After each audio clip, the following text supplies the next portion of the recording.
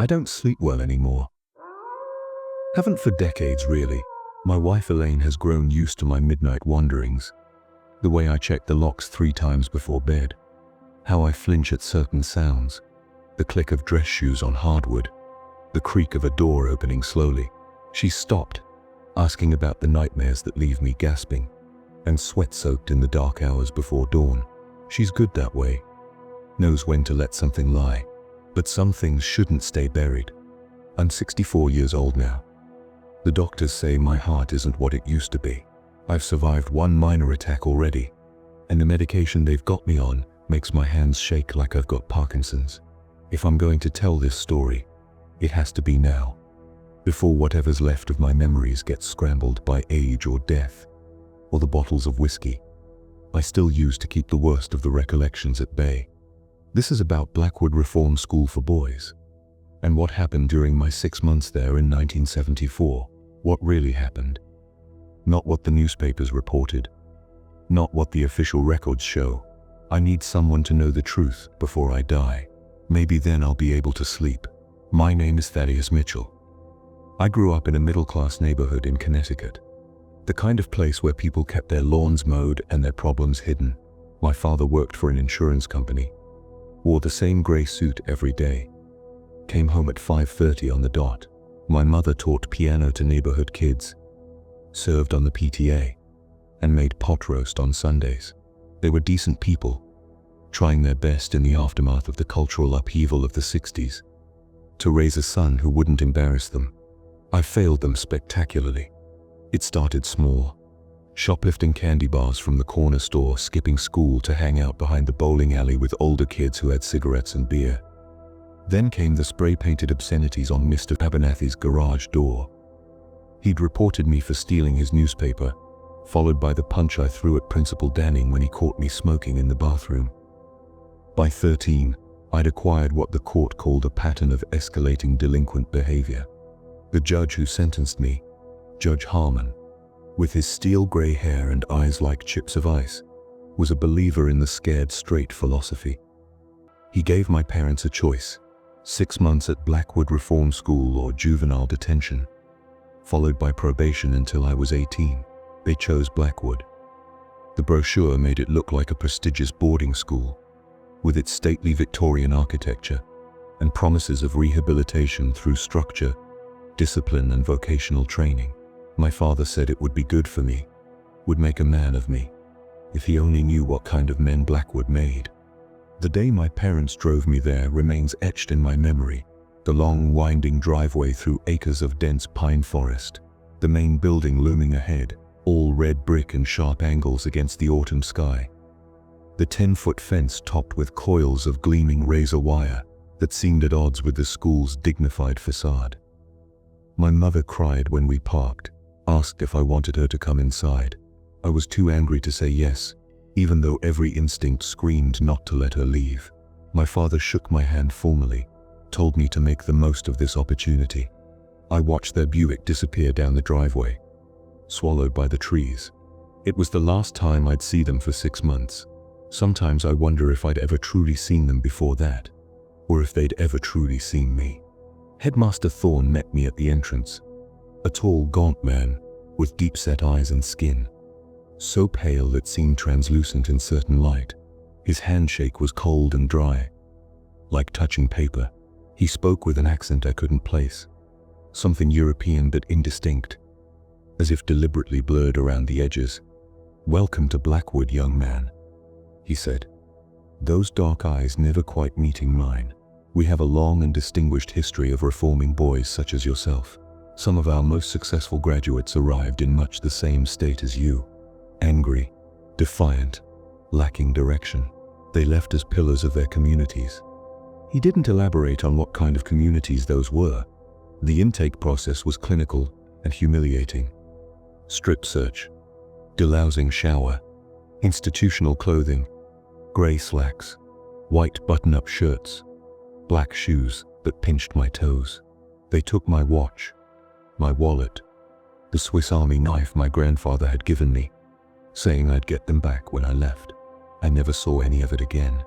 My assigned room was on the 3rd floor of the East Wing, a narrow cell with 2 iron-framed beds, a shared dresser, and a small window that overlooked the exercise yard.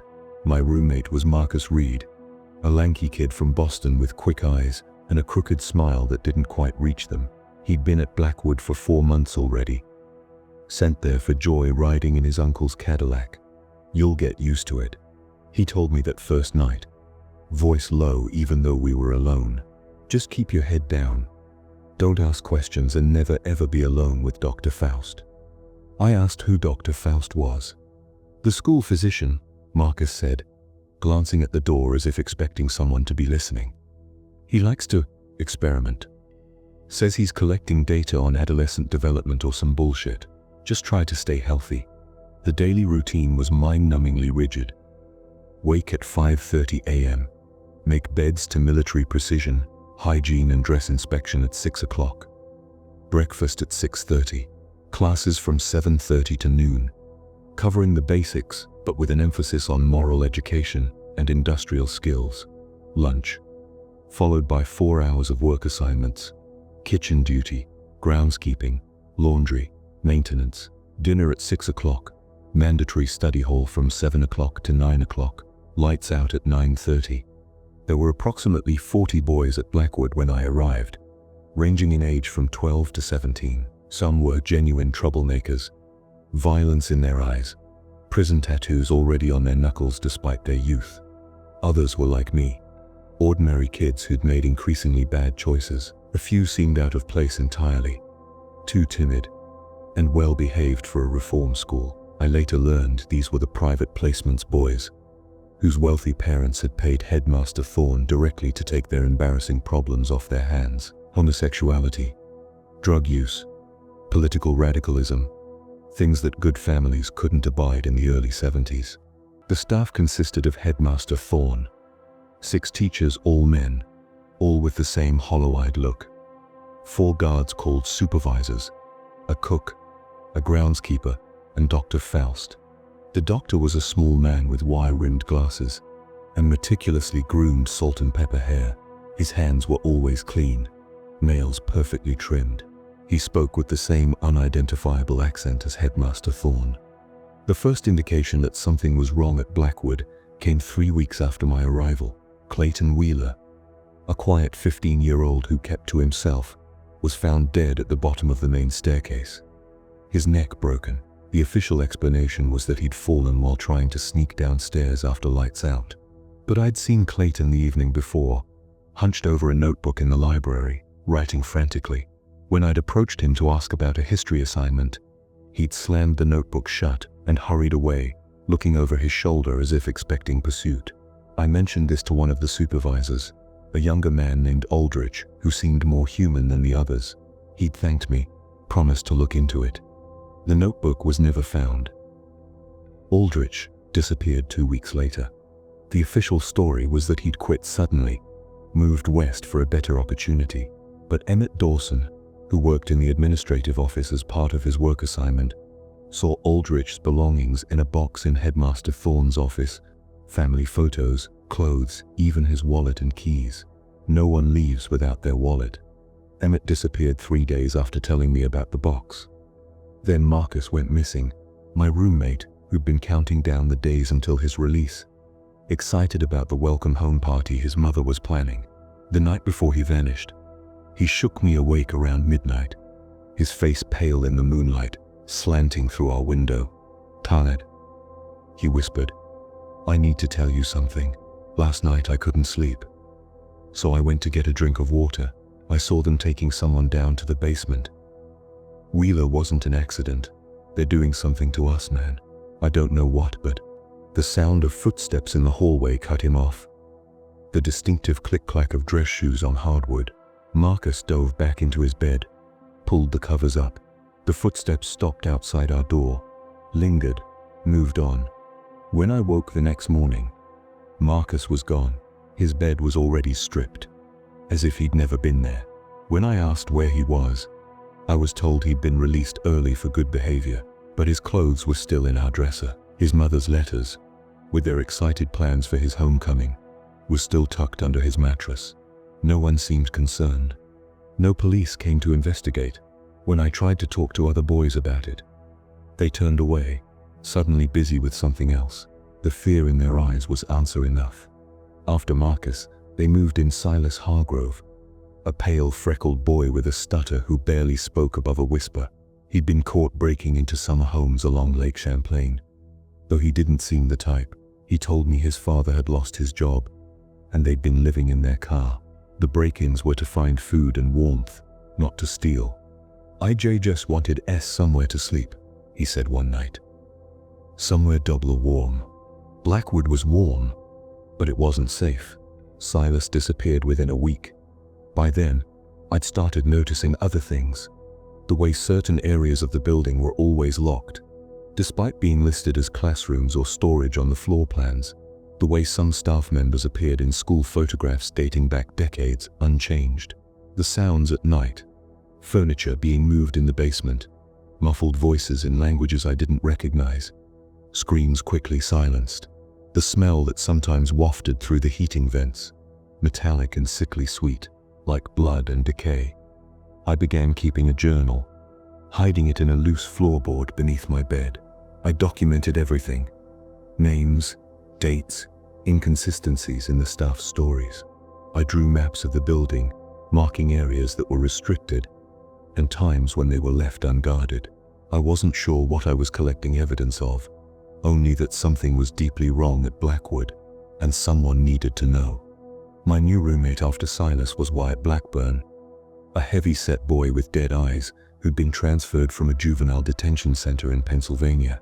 Unlike the others, Wyatt was genuinely disturbing. He collected dead insects, arranging them in patterns on his windowsill. He watched me while I slept. He had long, whispered conversations with himself when he thought I wasn't listening. "They're choosing," he told me once. Out of nowhere, separating the wheat from the chaff. "You're wheat, Mitchell. Special. They've been watching you." I asked who they were.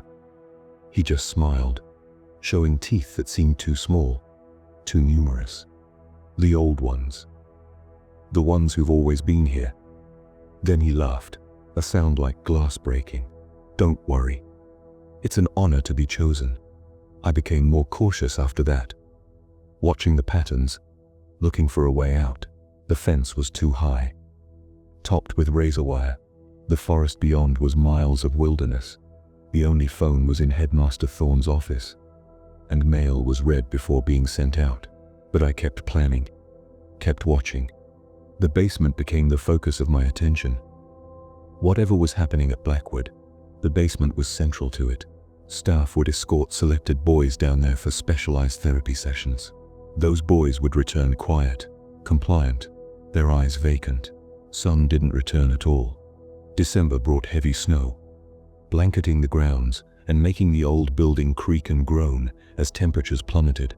The heating system struggled, leaving our rooms cold enough to see our breath. Extra blankets were distributed, scratchy wool things that smelled of mothballs, and something else.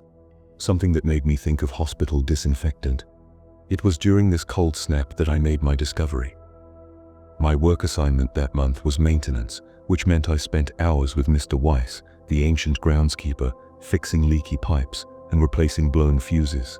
Weiss rarely spoke, but when he did, it was with that same unplaceable accent as Thorne and Faust. We were repairing a burst pipe in one of the first-floor bathrooms when Weiss was called away to deal with an issue in the boiler room. He told me to wait, but as soon as he was gone, I began exploring. The bathroom was adjacent to one of the locked areas, and I'd noticed a ventilation grate near the floor that might connect them. The grate came away easily, the screws loose with age. Behind it was a narrow duct, just large enough for a skinny 13-year-old to squeeze through. I didn't hesitate. This might be my only chance to see what they were hiding. The duct led to another grate, this one overlooking what appeared to be a laboratory. Glass cabinets lined the walls, filled with specimens floating in cloudy fluid.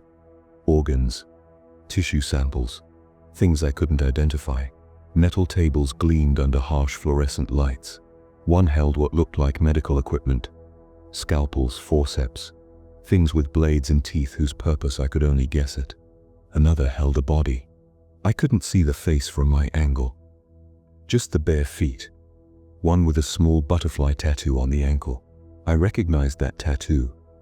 Emmett Dawson had gotten it in honor of his little sister, who'd died of leukemia. The door to the laboratory opened, and Dr. Faust entered, followed by Headmaster Thorne and another man I didn't recognize. Tall, blonde, with the same hollow eyes as the rest of the staff. They were speaking that language again, the one I couldn't identify. Faust gestured to the body, pointing out something I couldn't see. The blonde man nodded, made a note on a clipboard. Thorne said something that made the others laugh, a sound like ice cracking. Then they were moving toward the body, Faust reaching for one of the gleaming instruments. I backed away from the grate so quickly, I nearly gave myself away, banging my elbow against the metal duct. I froze, heart pounding, certain they'd heard, but no alarm was raised.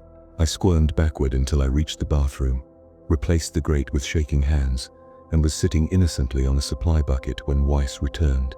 That night, I lay awake long after lights out, listening to Wyatt's wet, snuffling breaths from the next bed. I knew I had to escape. Not just for my sake, but to tell someone what was happening. The problem was evidence. No one would believe a delinquent teenager without proof. The next day, I stole a camera from the photography club. It was an old Kodak. Nothing fancy, but it had half a roll of film left. I needed to get back to that laboratory to document what I'd seen. I also needed my journal, names, dates, everything I'd recorded. Together, they might be enough to convince someone to investigate. My opportunity came during the Christmas break. Most of the boys went home for the holidays, but about a dozen of us had nowhere to go. Parents who didn't want us. Or in my case, parents who'd been told it was therapeutically inadvisable to interrupt my rehabilitation process. The reduced population meant fewer staff on duty, less supervision. The night of December 23rd, I waited until the midnight bed check was complete. Wyatt was gone. He'd been taken for one of those therapy sessions that afternoon, and hadn't returned. I had the room to myself. I retrieved my journal from its hiding place, tucked the camera into my waistband, and slipped into the dark hallway. The building was quiet, except for the omnipresent creaking of old wood and the hiss of the radiators. I made my way down the service stairs at the far end of the east wing, avoiding the main staircase where a night supervisor was usually stationed. My plan was to enter the laboratory through the same ventilation duct, take my photographs, and be back in bed before the 3 a.m. bed check. I never made it that far. As I reached the first floor landing, I heard voices, Thorne and Faust, speaking English this time, their words echoing up the stairwell from below. The latest batch is promising, Faust was saying. Particularly the Mitchell boy. His resistance to the initial treatments is most unusual. You're certain? Thorne's voice. Skeptical. The blood work confirms it. He has the markers we've been looking for. With the proper conditioning, he could be most useful. And the others? A dismissive sound from Faust. Failed subjects. We'll process them tomorrow. The Hargrove boy yielded some interesting tissue samples, but nothing remarkable. The Reard boy's brain showed potential but degraded too quickly after extraction. I must have made a sound, a gasp, a sob, something, because the conversation stopped abruptly. Then came the sound of dress shoes on the stairs below me. Coming up, click, click, click. I ran. Not back to my room. They'd look there first, but toward the administrative offices. Emmett had once mentioned that one of the windows in the file room had a broken lock. If I could get out that way, make it to the fence where the snow had drifted high enough to reach the top, maybe I had a chance. I was halfway down the hall when I heard it. A high, keening sound, like a hunting horn, but wrong somehow. Discordant, it echoed through the building, and in its wake came other sounds, doors opening, footsteps from multiple directions, voices calling in that strange language. The hunt was on. I reached the file room, fumbled in the dark for the window. The lock was indeed broken, but the window was painted shut. I could hear them getting closer. The click-clack of dress shoes, the heavier tread of the supervisor's boots. I grabbed a metal paperweight from the desk and smashed it against the window. The glass shattered outward, cold air rushing in. As I was climbing through, something caught my ankle. A hand, impossibly cold, its grip like iron. I kicked back wildly, connected with something solid. The grip loosened just enough for me to pull free, tumbling into the snow outside. The ground was 3 feet below, the snow deep enough to cushion my fall. I floundered through it toward the fence, the frigid air burning my lungs. Behind me, the broken window filled with figures. Thorn, Faust, others, their faces pale blurs in the moonlight. That horn sound came again, and this time it was answered by something in the woods beyond the fence. A howl that was not a wolf, not anything I could identify. The sound chilled me more than the winter night. I reached the fence where the snow had drifted against it, forming a ramp nearly to the top. The razor wire gleamed above, waiting to tear me apart. I had no choice. I threw my journal over first, then the camera, and began to climb. What happened next remains fragmented in my memory. I remember the bite of the wire, the warm wetness of blood freezing on my skin. I remember falling on the other side, the impact driving the air from my lungs. I remember running through the woods, the snow reaching my knees, branches whipping at my face. And I remember the pursuit, not just behind me, but on all sides. Moving between the trees with impossible speed, the light of flashlights bobbing in the darkness. That same horn call, closer now, the answering howls, also closer. I found a road eventually. A rural highway, deserted in the middle of the night 2 days before Christmas. I followed it, stumbling, my clothes torn and crusted with frozen blood. I don't know how long I walked. Hours, maybe. The eastern sky was just beginning to lighten when headlights appeared behind me. I should have hidden. It could have been them, searching for their escaped subject. But I was too cold, too exhausted. I stood in the middle of the road and waited, ready to surrender, to die, anything to end the desperate flight. It was a state police cruiser. The officer, a burly man named Kowalski, was stunned to find a half-frozen teenager on a remote highway at dawn. I told him everything, showed him my journal, the camera. He didn't believe me, not really, but he took me to the hospital in the nearest town. I had hypothermia, dozens of lacerations from the razor wire, 2 broken fingers from my fall while I was being treated. Officer Kowalski called my parents. He also thankfully called his superior officers about my allegations. What happened next was a blur of questioning, disbelief, and finally, a reluctant investigation. By the time the police reached Blackwood, much had changed. The laboratory I'd discovered was a storage room, filled with old desks and textbooks. Many records were missing, or obviously altered. Several staff members, including Thorn and Faust, were nowhere to be found. But they did find evidence, enough to raise serious concerns. Blood on the basement floor that didn't match any known staff or student. Personal effects of missing boys hidden in a locked cabinet in Thorn's office. Financial irregularities suggesting payments far beyond tuition. And most damning, a hidden room behind the boiler, containing medical equipment and what forensics would later confirm were human remains. The school was shut down immediately. The remaining boys were sent home, or to other facilities. A full investigation was launched, but it never reached a satisfying conclusion. The official report cited severe institutional negligence and evidence of criminal misconduct by certain staff members. There were no arrests. The key figures had vanished. My parents were horrified. Of course, not just by what had happened to me, but by their role in sending me there. Our relationship was strained for years afterward. I had nightmares, behavioral problems, trust issues.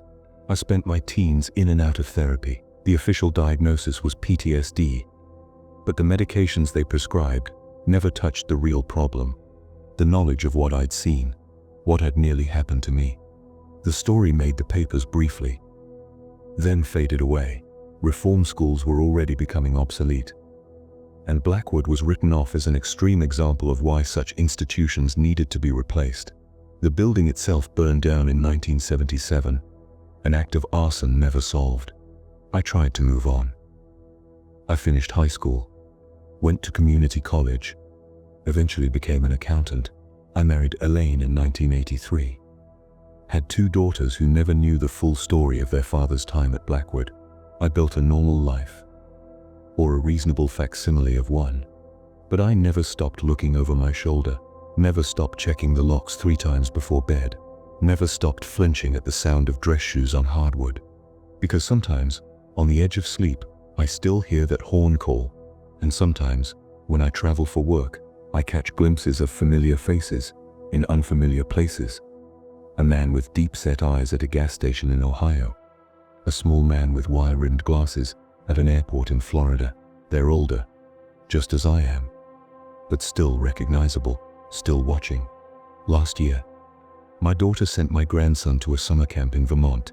When I saw the brochure, with its pictures of a stately main building surrounded by pine forest, I felt the old panic rising. I made her withdraw him. Made up a story about the camp's safety record. I couldn't tell her the truth, that one of the smiling counselors in the background of one photo had a familiar face, unchanged despite the decades. That the camp director's name was an anagram of thorn. They're still out there, still operating, still separating the wheat from the chaff, still processing the failed subjects. And sometimes, in my darkest moments, I wonder if I truly escaped that night. If this life I've built is real, or just the most elaborate conditioning of all. A comforting illusion, while whatever remains of the real Thaddeus Mitchell floats in a specimen jar in some new laboratory, in some new Blackwood, under some new name. I don't sleep well anymore. But I keep checking the locks. I keep watching. And now, I've told my story. Perhaps that will be enough. But I doubt it.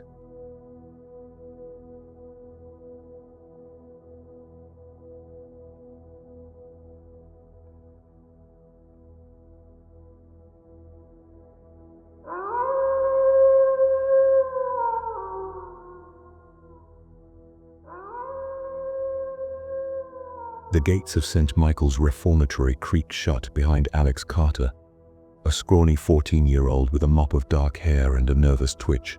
He had been caught shoplifting, a desperate grab for food his family could not afford. And now he was here, in this hulking stone fortress that seemed to swallow the light. The walls were cracked and moss-stained, the windows narrow slits like unblinking eyes. A chill wind carried whispers from the woods, though no one else seemed to hear. Headmaster Graves greeted him in the foyer, a tall figure in a black suit, his face all sharp angles and hollow cheeks. "St. Michael's corrects the wayward," he said, his voice smooth yet cold, like a blade sliding across ice. "You will learn discipline here, Mr. Carter." His smile did not reach his coal black eyes. Alex's dorm was a cavernous room with sagging bunks and peeling paint. His roommate, Mike, a stocky kid with a buzz cut and a scowl, sized him up. "Follow the rules. Keep your head down," Mike muttered, "and do not listen to anything after lights out." Alex frowned. "What do you mean?" Mike just climbed into bed, pulling the blanket over his head. That night, as the clock struck midnight, Alex jolted awake. A faint scratching echoed through the walls, slow, deliberate, like nails dragging across stone. He squinted into the dark and saw a shadowy figure outside the window. A boy, pale and gaunt, his eyes hollow sockets. Alex blinked, heart hammering, and the figure vanished. Just a trick of the light, he told himself, but the air felt heavier, colder. The next day, Alex shuffled into the cafeteria, a grey room buzzing with whispers. He caught snippets of a name. "Tommy. They say he haunts the halls," one boy hissed.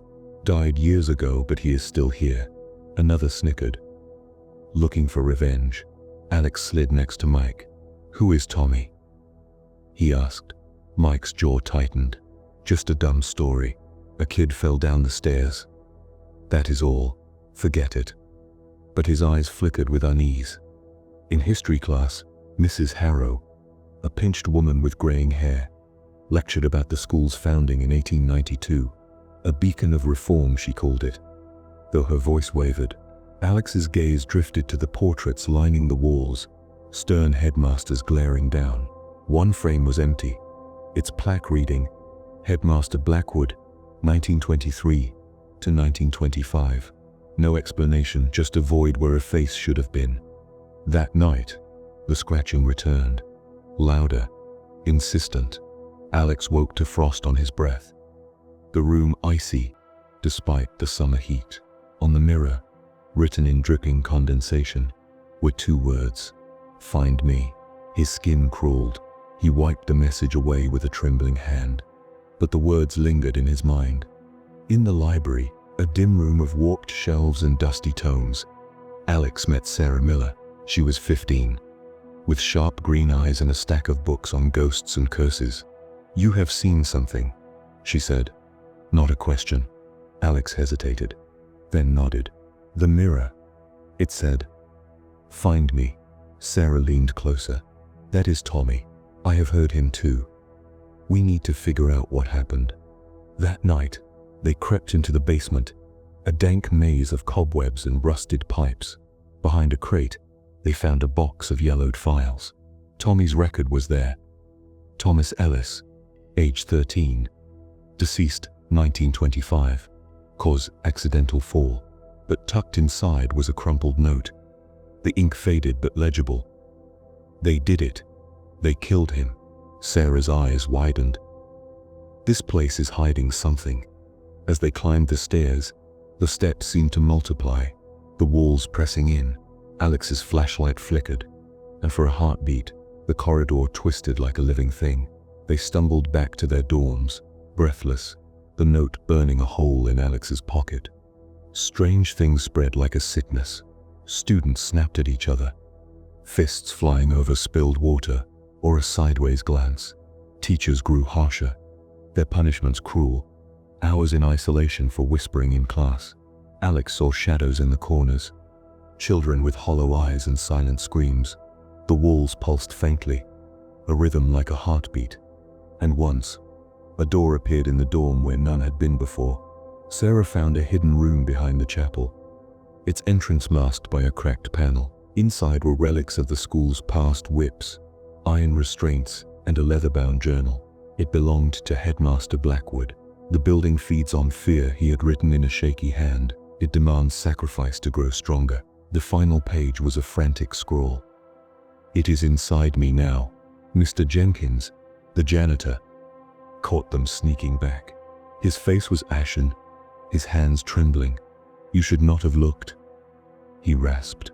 "The school does not like it when you dig." He pressed an old brass key into Alex's palm. "For the attic, it might help, but it knows you are here." Before Alex could ask more, Jenkins shuffled away, muttering to himself. With the key, they unlocked a door at the end of the 3rd-floor hall. Beyond was a labyrinth of decaying classrooms and dorms, the air thick with rot. They found Tommy's diary under a loose floorboard. "The walls are alive," he had scribbled. "They took me. They will take you too." As Sarah read aloud, the door slammed shut. The room warped, the floor tilting, and ghostly hands erupted from the walls, clawing at their clothes. The school revealed its true self. Walls oozed dark ichor, and a voice thundered through the air. "You cannot leave." Alex and Sarah ran, but the corridors looped endlessly, doors vanishing behind them. Tommy's ghost appeared, his face twisted in torment. "Destroy the heart," he whispered, pointing downward, in the chapel. The building fought back. Floors buckled, ceilings dripped, and apparitions of long-dead children swarmed them, their eyes black pits. Alex realized the truth. St. Michael's was not just haunted, it was alive, a sentient entity thriving on decades of fear and pain. They battled through shifting halls to the chapel, a cavernous room with stained glass casting blood-red light. At its center stood an altar, pulsing with dark energy, surrounded by ghostly children chanting in a tongue. Alex did not know. Headmaster Graves blocked their path, his eyes glowing unnaturally. "You are too late," he sneered. "The school has chosen me as its vessel." Alex grabbed a candelabra, and Sarah lunged with a shard of broken pew. Together, they smashed the altar. The building shrieked, a sound that split their skulls. Graves collapsed, his body convulsing as the entity's hold shattered. The apparitions faded, and cracks spiderwebbed across the walls. Alex and Sarah sprinted as St. Michael's crumbled, its malevolent spirit dying with the altar. They burst into the night air, joining other students who had fled the chaos. Behind them, the school collapsed into rubble, a final groan echoing through the woods. The authorities arrived, evacuating the children and condemning the site. Months later, Alex and Sarah sat in a diner, free but forever changed. They had vowed to uncover other places like St. Michael's Save, to stop the darkness lurking in forgotten corners. But sometimes in the stillness of night, they felt the walls closing in, heard the faint scratch of nails on stone, a reminder that some horrors never truly die.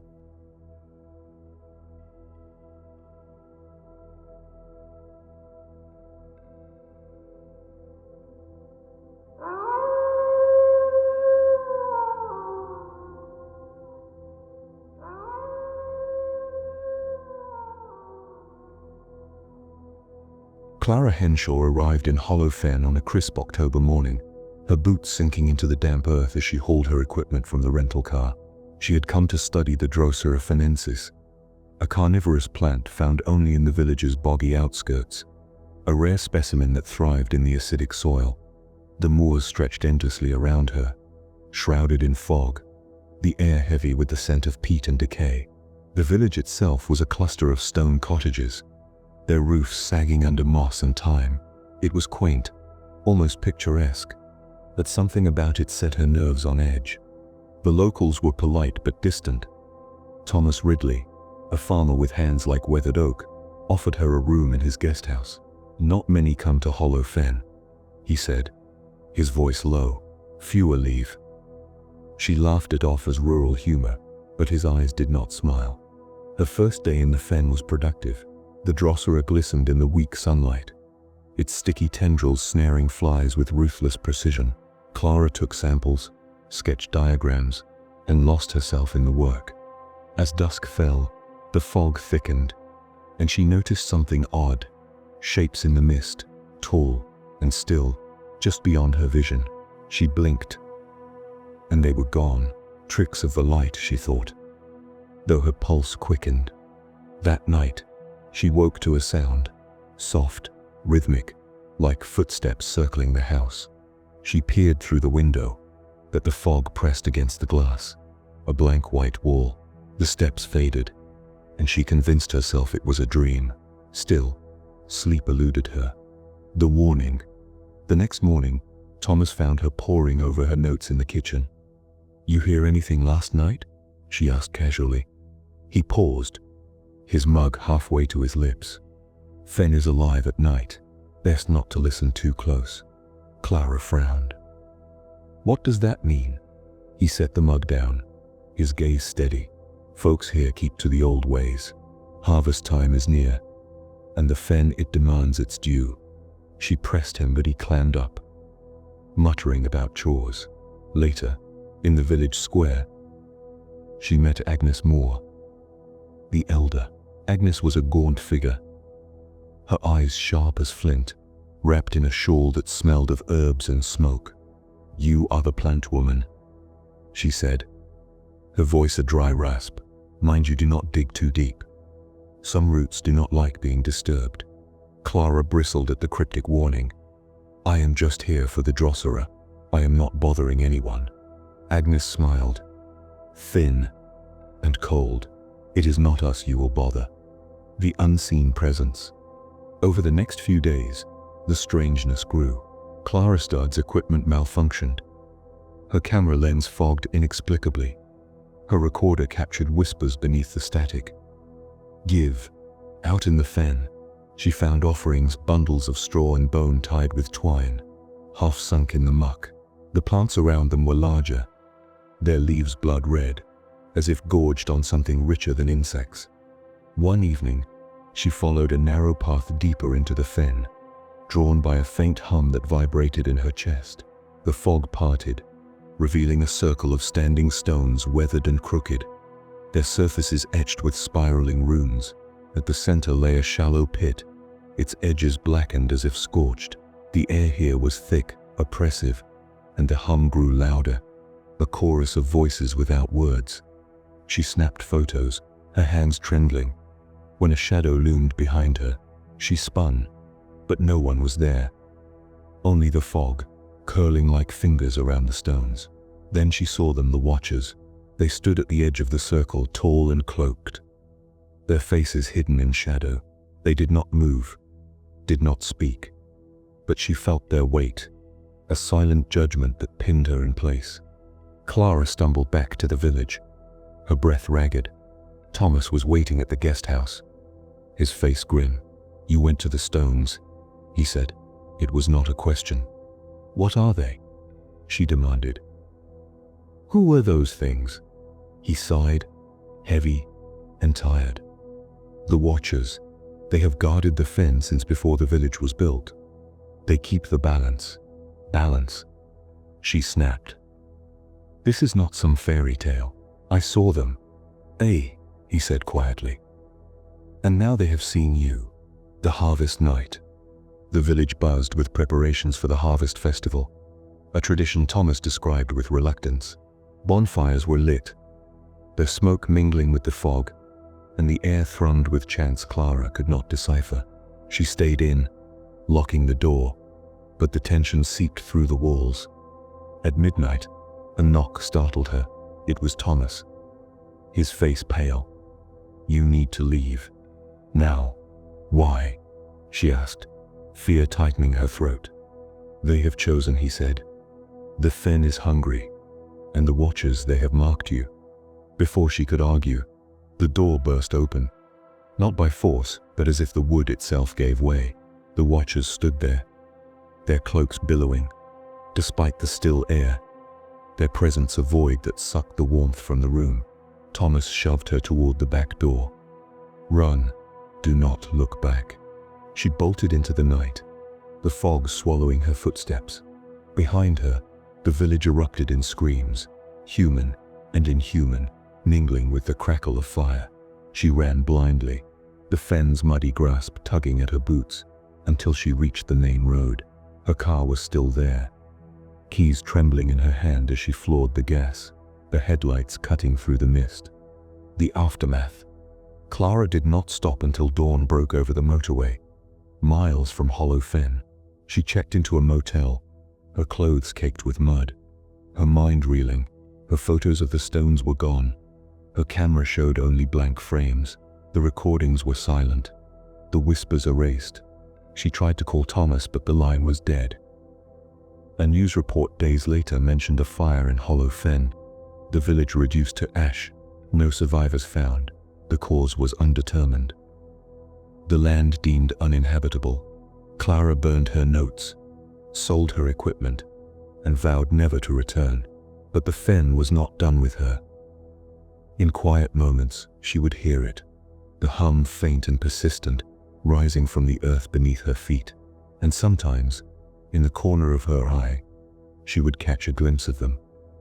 The Watchers waiting in the shadows, patient as the seasons.